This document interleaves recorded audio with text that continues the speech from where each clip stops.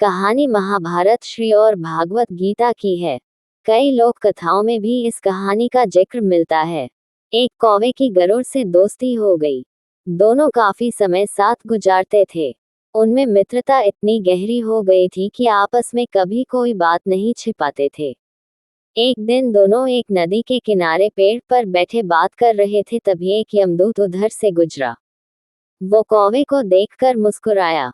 गरुड़ और कौवे ने उस यमदूत को अनदेखा किया और अपनी बातों में लग गए।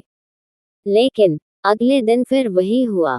दोनों बातें कर रहे थे, तभी वो ही यमदूत फिर उधर से गुजरा। वो फिर कौवे को देखकर मुस्कुराया। इस बार कौवे को कुछ शंका हुई। उसने गरुड़ से कहा कि ये यमदूत मुझे देखकर कल भी मुस्कुराया था और आज भी वैसे ही मुस्कुराया। कुछ गड़बड़ है। हो सकता है मेरी मृत्यु आने वाली है। गरुड़ ने उसे समझाया कि ऐसा कुछ नहीं है, ये एक संयोग भी हो सकता है। तुम चिंता मत करो। 2-3 और ऐसे ही निकले। रोज यमदूत कौवे को देखकर मुस्कुराता। अब तो कौवे को यकीन हो गया कि निश्चित ही मेरी मौत नजदीक है। उसने गरुड़ से कहा, मित्र, मैं मरना नहीं चाहता, लेकिन ये यमदूत जरूर 1-2 दिन में मेरे प्राण निकाल कर ले जाएगा। ये रोज ही मुझे देखकर मुस्कुराता है। गरुड़ को भी लगा कि हो सकता है कौवे का शक सही हो। उसने कौवे को धैर्य बंधाया। गरुड़ ने कौवे से कहा, तुम चिंता मत करो मित्र, मैं तुम्हें यहाँ से इतनी दूर ले जाऊंगा कि ये यमदूत तुम्हें दिखाई ही ना दे। गरुड़ ने कौवे को अपनी पीठ पर बैठाया और उस जंगल से हजारों किलोमीटर दूर कैलाश पर्वत पर ले गया। दोनों को अब ये डर नहीं रहा कि यहाँ कोई उन्हें परेशान कर सकता है।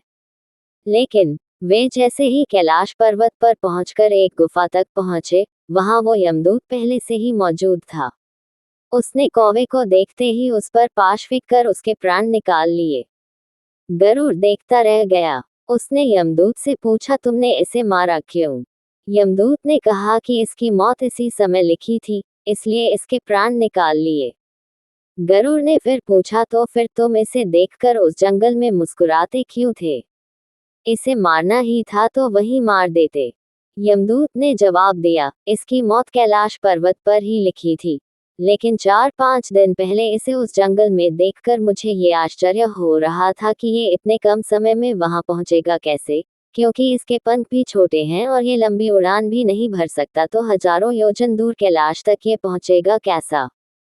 यही सोचकर मैं रोज मुस्कुराकर गुजर जाया करता था। लेकिन भाग्य देखो, तुम इसके परम मित्र ही इसे यहाँ तक इतने कम समय में ले आए। कहानी की सीख, जीवन और मृत्यु भाग्य की ही बात है। इससे कहीं भी छिपा या बचा नहीं जा सकता। जब तक जिंदगी है तब तक कोई आपको मार नहीं सकता, लेकिन अगर मृत्यु निकट हो तो कोई कोशिश आपको बचा नहीं सकती।